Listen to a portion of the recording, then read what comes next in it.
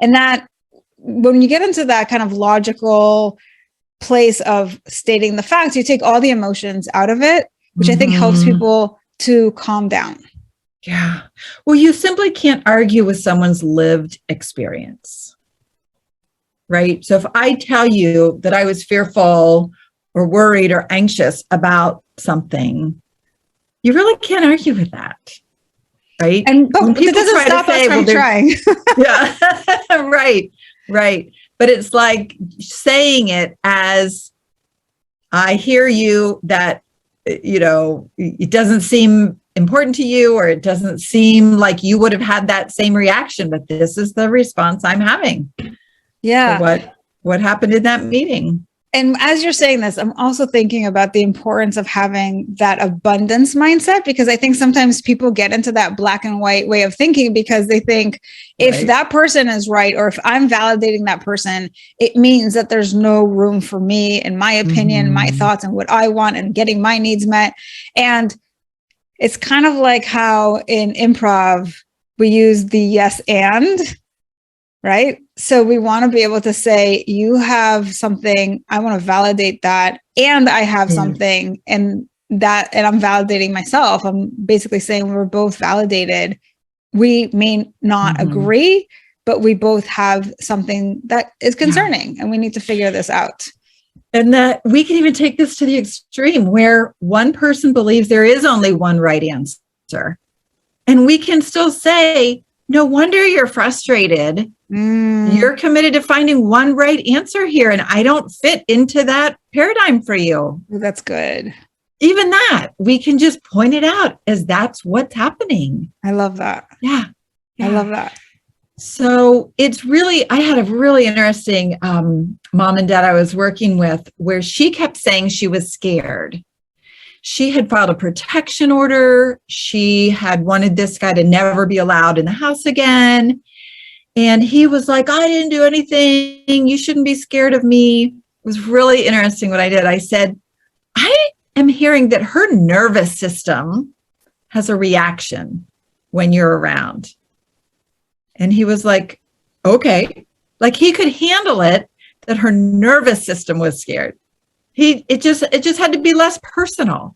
And it was really wild because I just kind of gave them just a quick explanation of how our nervous systems are doing their job to react, when there's something intense going on.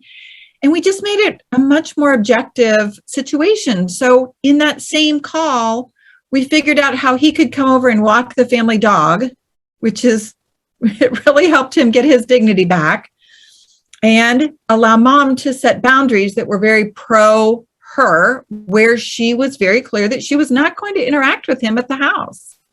Yeah. And so they had an exact time and an exact way. She left the dog in the backyard so he could come get the dog and not come in the house, but he got to go walk his dog around the neighborhood, which allowed him to start to restore a sense of calm for himself. So, Amy, I love so far that we've laid out this concept of compromise and how it's about validating both sides rather than just saying that it's about giving piece of the puzzle up, right? You've given us very concrete statements that we can use in conversation, and also an illustration of how this shows up where, he gets to walk the dog. He doesn't have to come into the house. She sets the boundaries, but he's still getting what he wants. And it's such a beautiful illustration of a win-win. Now, from there, you also talked about the second myth, which is that boundaries aren't always about saying no, which really makes me think about the whole prioritization that we talk about when it comes to time management. And it's so pertinent in particular to all of our feelers, our people pleasers who have a hard time saying no because they feel guilty about it. There's all kinds of mindsets around that. And I love this message of it doesn't have to be a firm no, it can be a not right now. It could be a not now. It could be a yes to something else. It could be just stating what's going to work for you instead of ever feeling like you have to criticize or blame somebody else. And I also think having that sort of mentality as you go into that transaction, right? You're being asked to do something. You have a lot of guilt about saying no. You're trying to find something that then also takes care of your needs in the process. That if you can think about it from this perspective of, I have options, I have a menu of options, that you can escape what we call that victim mentality of people are always coming to me. I always have to do all this stuff. They're always asking me for more stuff. And it's really your responsibility to set those boundaries, to be able to make decisions that take your needs into effect, because it's only your responsibility to get your needs met, not anybody else's. And we forget that sometimes. And so if we're not taking responsibility for ourselves, if we're not getting our own needs met, and then we're doing stuff for other people because they asked and we said yes, then we can so easily burn out because we're just giving away the farm. And I love that you are here to remind people that there are other ways to tackle those situations, and that you can be just as helpful if the intention is to be helpful, right? That we have a variety of different ways of showing up and being helpful.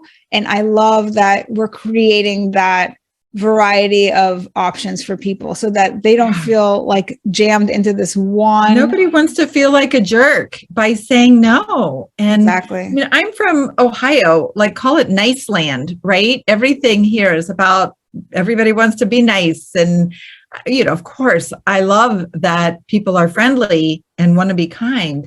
It's just this vocabulary for even recognizing our own needs, let alone saying them, is really missing from a lot of relationships. I mean, I'm not exaggerating when I tell you that I was 44 years old before I started studying and practicing boundaries.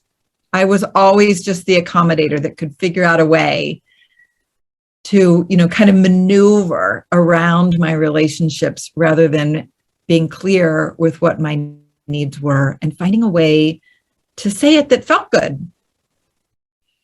And what's so powerful about you saying that is that if somebody's listening to this, that the message here is that you're never too old to change it. And even if you've been a people pleaser and a yes sayer and a compromiser your entire life, that you can still get to a point where you are taking this and implementing all of the strategies that you're hearing here today and completely shifting your relationships with other people, your relationship with yourself. And certainly all this brings you to a place where you have so much less resentment, so much less guilt, and so much less stress.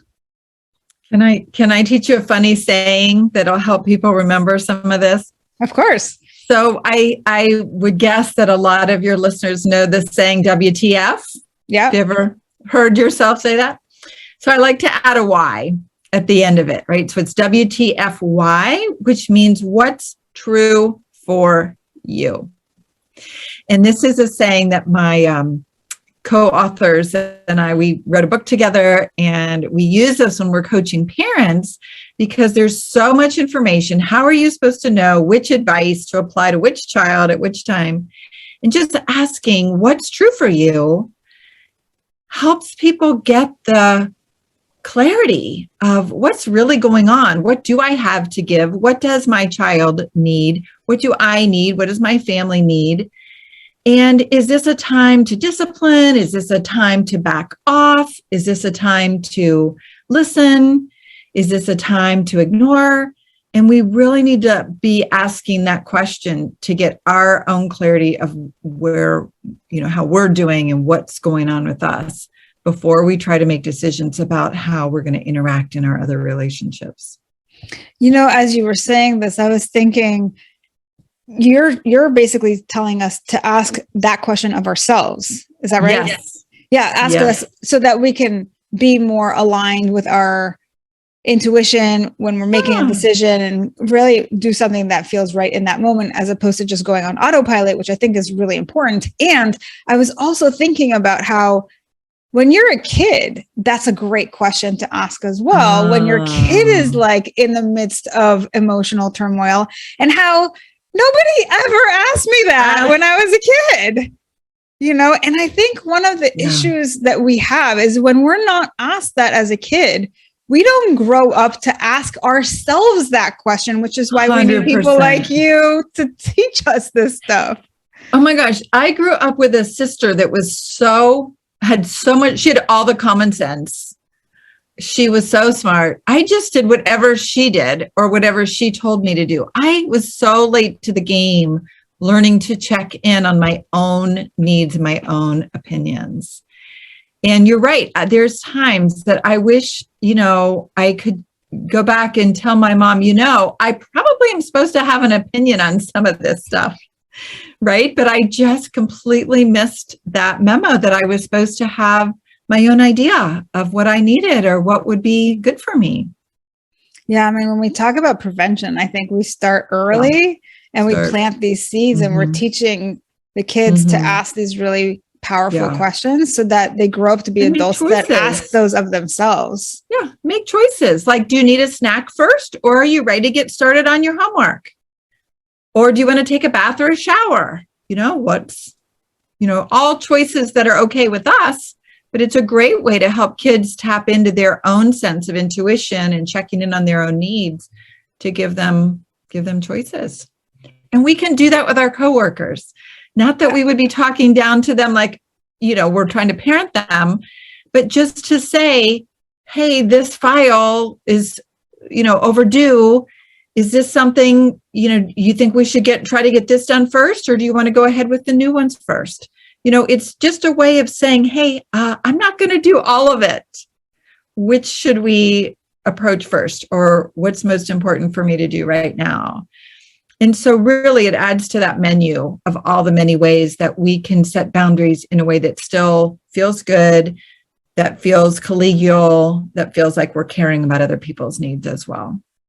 Wonderfully said. So far you've shared with us 2 myths about setting boundaries to